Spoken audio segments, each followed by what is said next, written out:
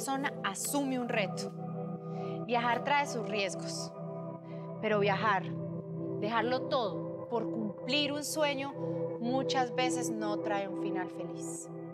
La movilidad humana pues se da por múltiples características, ¿no? La movilidad humana se da por alguien que se traslada por motivos de estudio, por motivos de hacer turismo, por una beca, por trabajo, porque se traslada de empresa, pero también se reconoce al fenómeno migratorio en general como la movilidad humana, porque tiene múltiples dimensiones y lo más interesante de esto es que en muchos casos la movilidad humana integra a veces factores que son de atracción o de expulsión, que pueden ser forzados en muchos casos, a veces voluntarios, pero en términos estrictamente conceptuales, las Naciones Unidas reconoce la migración, digamos la que tiene características de forzada, como refugio. Sí, es la condición de refugio.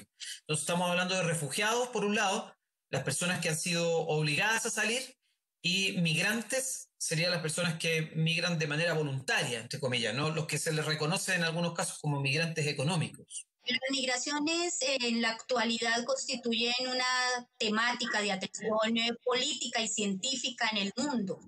Entonces, para esto se requiere de un estudio profundo y de un debate sustentado en datos, informaciones, categorías, lo suficientemente amplias que nos permitan comprender la realidad migratoria nacional, tanto al interior del país como los que salen fuera, y también mirar la migración internacional y transcontinental.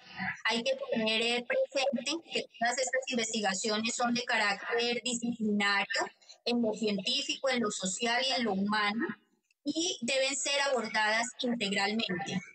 La movilidad siempre ha existido en el ser humano, es una condición de la mente, el hecho de estarse transformando y modificando y la necesidad del ser humano de estar cambiando hace que ese movimiento siempre exista, y existen muchas dimensiones, desde el ser humano, desde las profesiones también empieza uno a cambiar de profesiones, ahora uno empieza a entender que puedes tener muchas experiencias de vida o mucho conocimiento, digamos a través de YouTube o de esas plataformas puedes adquirirlo, eso también te genera un movimiento que antes era un poco más estático, uno escogía la profesión y solo podía escoger una, cuando la cogías desde la profesión, uno decía yo quiero ser tal cosa y era solo una, hoy hay posibilidad de tener muchas o de conocer muchas cosas más. Y está la movilidad del ser también con el movimiento, valga la redundancia, que nosotros tenemos, y tú lo dices de una forma muy clara. Cuando nosotros estamos en un lugar y en ese lugar solamente puede haber 3 tipos de acciones, ¿y qué más hay para hacer? Pero la misma profesionalización, el mismo crecimiento de tanto el Estado como del ser nos permite ir de un lugar a otro, pero también en pro del crecimiento del mismo y de su entorno. Gracias a esa movilidad del ser, sale, conoce, se reproduce tal vez y también reproduce ideas y las trae para que crezca el mismo lugar. Sí, es que la movilidad involucra muchos aspectos, la transformación, que unamos pensamientos, unamos ideas, y resulta que la movilidad involucra muchos temas, entre ciudades, entre personas, entre grupos, entre barrios, es algo cultural. Y el solo hecho de que alguien llegue a un sitio y traiga una nueva idea ya genera movilidad. Si tú eres un profesional de Armenia, no te has movido de Armenia, no has salido de Armenia, llega alguien que conoció en otro lugar aspectos nuevos de la misma profesión, ya abarca otro pensamiento, genera una movilidad mental que también puede involucrar bastante crecimiento para la región. Son múltiples factores implícitos y explícitos que se vienen dando con el traslado de una forma vertiginosa de los seres humanos, ya sea de una forma voluntaria u obligatoria, dentro de los mismos países y entre países. Entonces estos fenómenos no son recientes, pero en los últimos tiempos inician a ser parte de las discusiones de las agendas mundiales a nivel cultural, social, económico, político. Entonces es importante y necesario hacer investigación profunda en estos temas migratorios, ya que están marcando muchas direcciones, aspectos de desarrollo de la vida, de la población, de la política, de la sociedad sociedad en general. Y a pesar de que se han realizado muchas investigaciones, no tenemos información contundente, la cual sería de gran aporte a la construcción de políticas públicas en migración en todos los países, no solo en Colombia. En ese sentido ha sido complicado, cada uno tiene unas cifras, entonces esto yo no considero que el tener cifras completas sea de política pública, sino de lograr que todas estas entidades tengan unos protocolos que no solamente se dediquen a contar quién entra o quién sale del país, sino protocolos que incluyan la parte social, la parte humana de las personas para poder tener estas cifras realmente ciertas. Siempre son aproximaciones. En esto, como en cualquier otro campo, lo fundamental es el rigor en la investigación, el rigor científico, ser honesto en el uso de los datos, no acomodar los datos al punto a donde uno quiere llegar, sino ver qué es lo que en efecto le muestran los datos.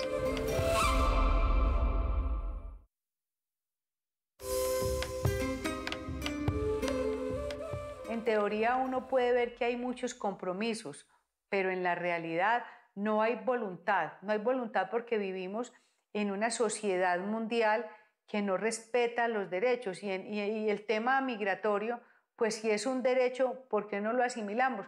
Porque hay xenofobia, porque nosotros nos hemos encargado de poner las fronteras, los límites, porque mucha gente en la humanidad tiene doble moral. Hay muchos jefes de Estado con doble moral, porque una cosa dicen en el discurso bonito y otra cosa en la práctica. No vamos muy lejos. Usted se compadece y le da pesar de la situación de los venezolanos que están inmigrando hacia Colombia.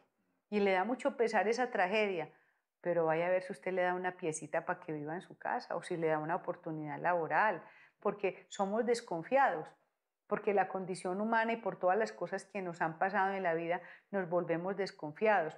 O sea que ese tema de que migrar es un derecho, eso está solamente en teoría, en el papel. Siempre ha habido algún interesado en el tema que ha escrito alguna obra, ha hecho una investigación y pare de contar.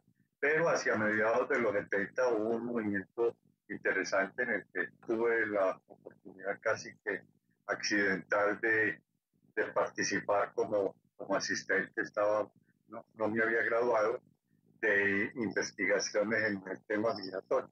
Pero eso se olvidó porque fue una época asignada por la emigración a Venezuela. Pasó el boom de la emigración a Venezuela, se olvidó. Y ahora pues ha surgido una nueva corriente con mucha importancia en la academia, y pues eso ha fortalecido la capacidad del país para la comprensión del hecho, un hecho pues que es determinante, no solo como cuando empezamos, por la importancia que tenía la emigración desde Colombia, la salida de colombianos al exterior, sino ahora más recientemente con el incremento del 5, un 6% de la población a cuenta de la llegada de nuestros vecinos venezolanos. Entonces, situaciones como esas, pues no se pueden atender debidamente sin un conocimiento preciso al respecto, y eso es lo que ha venido aportando la academia. Fue muy difícil la situación allá, ya nosotros no teníamos para darle de comida a nuestros hijos, a pesar de que los trabajos eran frecuentemente, no teníamos el apoyo así económico para poder establecer nuestra familia y nos decidimos separarnos. Yo tengo mi casa en Venezuela, la tengo en Boraure, que es un municipio allá en Venezuela. El fenotipo es un aspecto que influye en el trato, en el buen trato o en el mal trato que reciba también el migrante y en la construcción que se hace sobre ese migrante. Entonces son varios los elementos que van generando, digamos, ese imaginario sobre el migrante como como delincuente, como un problema, como una carga al sistema económico, como competencia laboral, como carga al sistema sanitario. Son varios las etiquetas, ¿sí?, dentro de la teoría del etiquetaje que se le van atribuyendo al migrante hasta construir lo que podríamos decir un estigma sobre el migrante, ¿no? Ese estigma lo que genera es una alteración de la identidad, ¿no? Una percepción de la identidad sobre cómo es ese verdadero migrante, ¿no? Porque no hay un acercamiento realmente a sus verdaderos objetivos en el país de destino, ¿no? Entonces ese es en términos generales, digamos, cómo se va construyendo el imaginario. En la actualidad, el colombiano en su país, y hablo de mi ciudad, que recientemente fui, creo que está muy agresivo. Y creo que es también por todo este problema de migración de Venezuela, de venezolanos en las ciudades. Y tenemos una conciencia de que es migrante, es ladrón, es migrante, estorba, es migrante, es pobre, es migrante, me va a hacer daño. No sé en qué momento ocurrió eso. Yo vivo 10 años acá y no sé en qué momento el migrante pasó a convertirse en un ser despreciado. ¿Por qué? El camino puede estar lleno de alegría y satisfacciones, pero también ha sido escenario de los peores flagelos de la migración. Nos decidimos venir hacia Cali, nosotros íbamos para Cali. Resulta ser que no pudimos comprar los tiquetes ahí en Bogotá porque era a esperar hasta el siguiente día y él no quería esperar más. Nos decidimos caminar hasta la bomba de ahí de Bogotá. Ahí fue donde un señor de una tractomula nos montó en vista de que íbamos con la bebé y iba a empezar a llover. Él nos hizo, como se dice, el favor de montarnos. Alrededor de las 6 de la tarde, más o menos, nos paramos a comer y todo eso. Entonces él dice, no, mi jefe me está llamando a cada rato y nosotros le preguntamos, ¿pero por qué? No, por la cuestión que le dije, que llevó la sobrecarga de peso, ¿verdad? Entonces, no, y el carro va con una pequeña falla, pero yo no los quiero dejar por aquí, decía él. Y yo, bueno, está bien, nosotros... En un momento de eso, como alrededor de las 10 de la noche, empezó a fallar más y más frecuente, pero como íbamos en el transcurso de la línea y eso ya estaba ya oscuro, entonces él dice, no, yo no puedo pararme por aquí, porque si nos paramos por aquí, va a ser más difícil. ¿Por qué? Por el alumbrado y todo eso, que eso no está bien alumbrado como debe ser. Ahí fue donde se le fueron los frenos al señor y él dijo que nos agarráramos duro, pues, que él trataba de maniobrar para no irnos al vacío, pues. En el transcurso de eso fue que mi esposo se azaró y como él es una persona muy nerviosa, él era nervioso y le tenía miedo a las alturas, él decidió sentarse en el medio del asiento y de la puerta. Él se sentó allí y él en un momento me quitó la bebé. Cuando él me quita la bebé, él se la pone aquí en su cuerpo. Como él era una persona muy robusta, él tenía 11 meses mi hija, él la apoyó. En lo que la apoyó fue donde el impacto fue a dar hacia donde él estaba, ¿verdad? Y yo tratando de alarlo fue que perdí mi brazo, pero yo en ningún momento sentí dolor, ni sentí que perdí mi brazo, nada. O sea, yo estaba viviendo como que una adrenalina de mi accidente. Y yo cuando ya hubo el choque, el conductor me mira y cuando miramos al esposo mío, él estaba ya ahí degollado, pues. Él tuvo su valentía de padre de tener ese conocimiento que lleva su responsabilidad de su hija. Por eso él protegió a su hija, dio su vida por ella.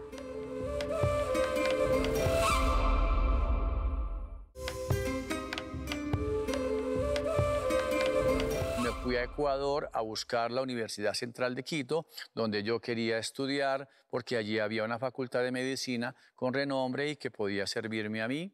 Pero hubo un problema diplomático entre Colombia y Ecuador y entonces colocó en riesgo los estudiantes y nos iban a devolver, en fin, y el consulado nos dijo a nosotros que a nosotros como estudiantes de un curso de preuniversitario no nos iban a proteger, que la protección estaba por quienes iban más adelante en las carreras que allá habían y por lo tanto nos expulsaron, ¿cierto? Y decido con 2 compañeros irnos a Venezuela porque en Mérida había la Universidad de los Andes y tenía fama importante en ese tiempo y yo, como no creía, no sabía, no sentía que hubieran fronteras, entonces nos fuimos hacia Venezuela, logramos pasar por caños, por quebradas y demás, ya nos volvimos ilegales allá, ya nos perseguía la policía, los habitantes nativos nos señalaban, en fin, nos escondíamos, logramos pasar hasta que finalmente en un pueblo llamado La Fría nos retuvieron y allí estuvimos en el calabozo durante 30 días hasta que se constituyó el cupo suficiente para devolvernos a Puerto Santander y ahí en Puerto Santander nosotros ya cruzamos de nuevo y retornamos a Cúcuta y en Cúcuta yo ya tenía la sensación de derrota, yo no quería volver a casa porque era una derrota como así que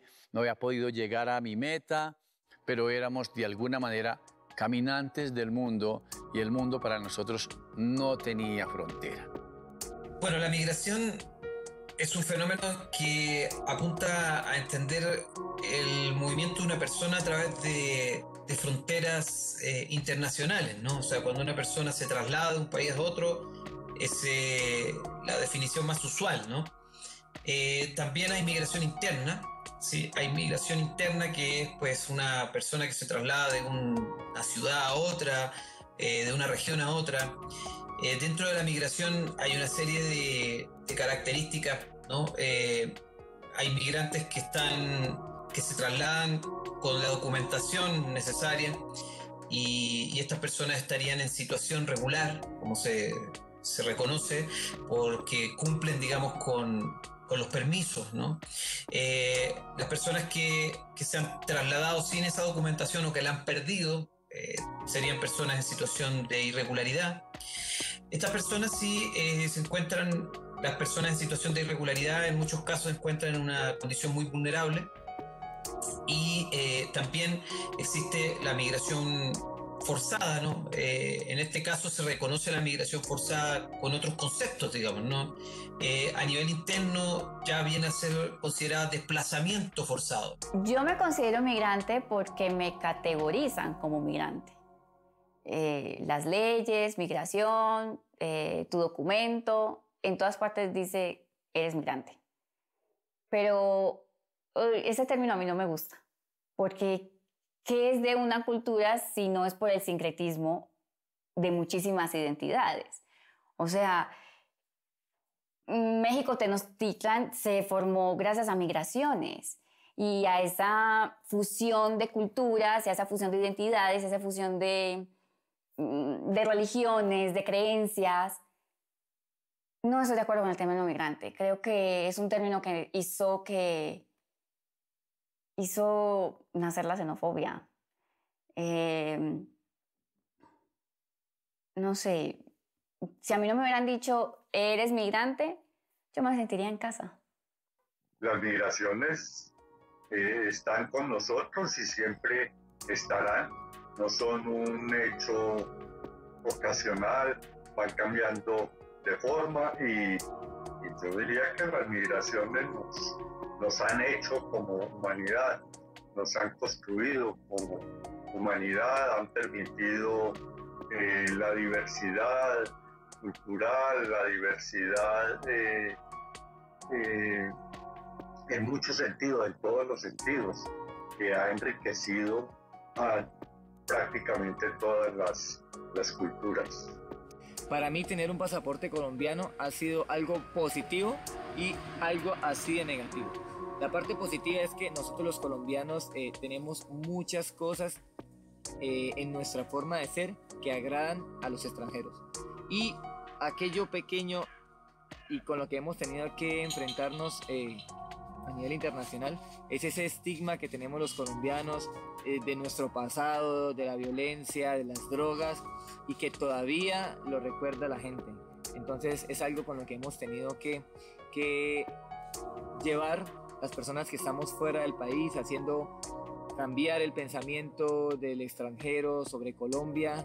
Y bueno, con nuestro oficio, nuestra arte, hemos intentado y hemos dado un paso en ese aspecto, a cambiar un poco la imagen que tienen de nosotros en el extranjero. Hay varios tipos de extranjeros. Está el extranjero que reconoce que Colombia tiene talento a nivel laboral, que tenemos productos como el café, el banano, tenemos deportistas como Falcao, tenemos músicos.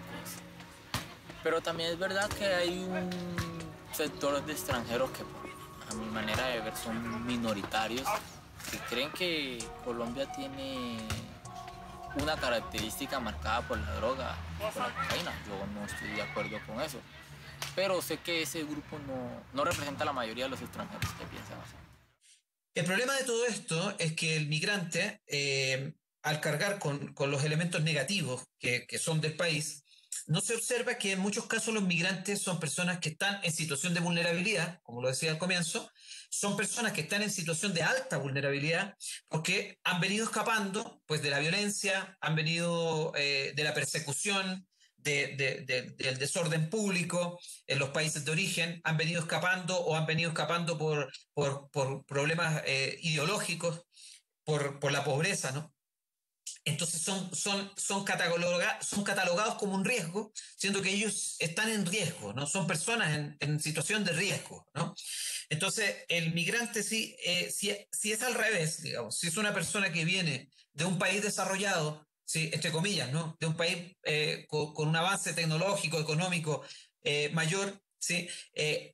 Carga, digamos, unos prejuicios como que fuera superior. Entonces, se le otorgan, digamos, características de superioridad. Por decir, un norteamericano que además es rubio, ¿sí? Es una persona rubia y que viene a América, a Colombia, por ejemplo, ¿no? Entonces tenemos ahí el inverso.